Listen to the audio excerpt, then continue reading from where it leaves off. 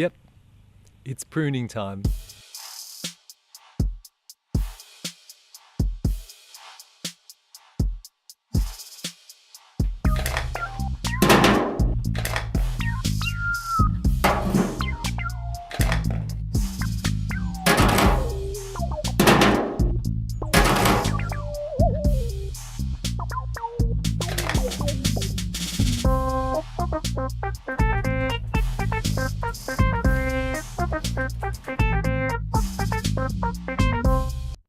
Hi folks. Yep, pruning time. So, did you like that quote? I thought it would sound, impressive if I put it in quotation marks and attribute it to unknown. It's me, actually.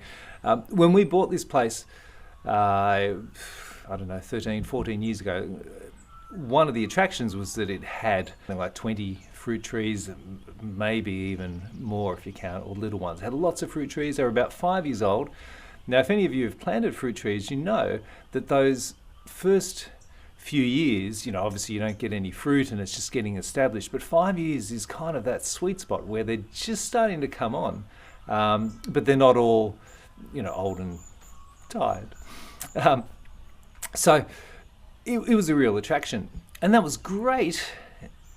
And then the winter came. And it was quite daunting then, the prospect of pruning, 20 odd fruit trees. I mean, do we need to prune? How do you prune?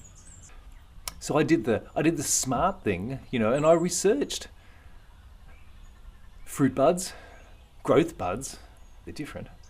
Old wood, new wood. Cut this angle, not that angle. This shape. My head exploded.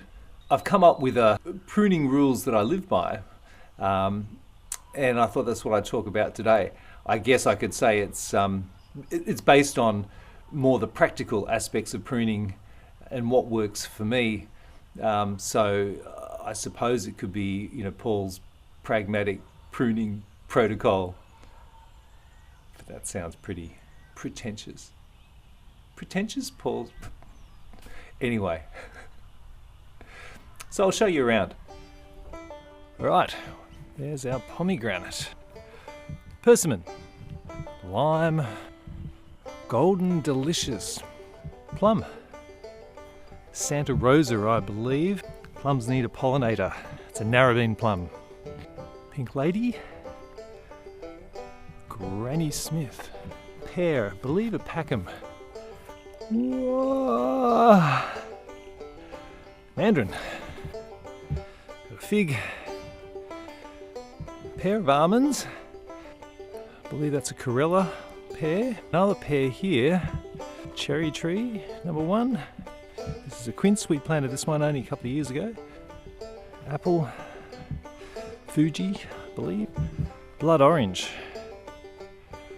grapefruit, oh my god, raspberry canes, Valencia orange, clingstone nectarine, quince,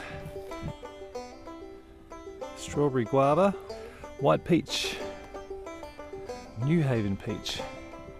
And this is the second cherry tree. This.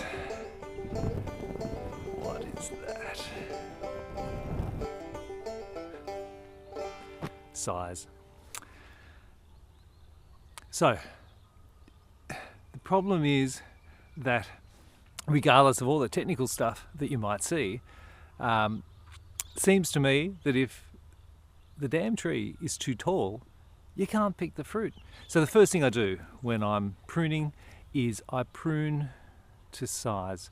And my gauge for size is easy. I hope this stays in focus because it's complicated, but we'll see how it goes.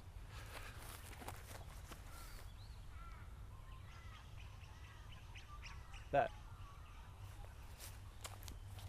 I don't leave anything on the tree higher than that because that's as tall as I can reach. Using a ladder and stuff like that to prune, I suppose you can do it, but just practical sense, I keep it keep it to that height. Another reason too, though, I said before that you've got to pick up, you know, after your pet tree. Then one thing that happens is that we find if you don't put a net over it, a fruit net or a fruit fly net, then the birds are going to get in. Now, some people have been really successful sharing with birds. Jackie French comes to mind. And that's great. If you can make that work, then fine. You know, netting is a pain in the neck, and I'm sure we'll cover that a little bit later when we start netting. But we find if we don't net, then the birds get in. That causes more fruit to drop, and it also wrecks the fruit for us to eat. So keeping the size of the tree down to what I can reach is also important, because that's about the same size that's going to work under the nets. So pointer number one is I just prune to size. So point number two is the shape.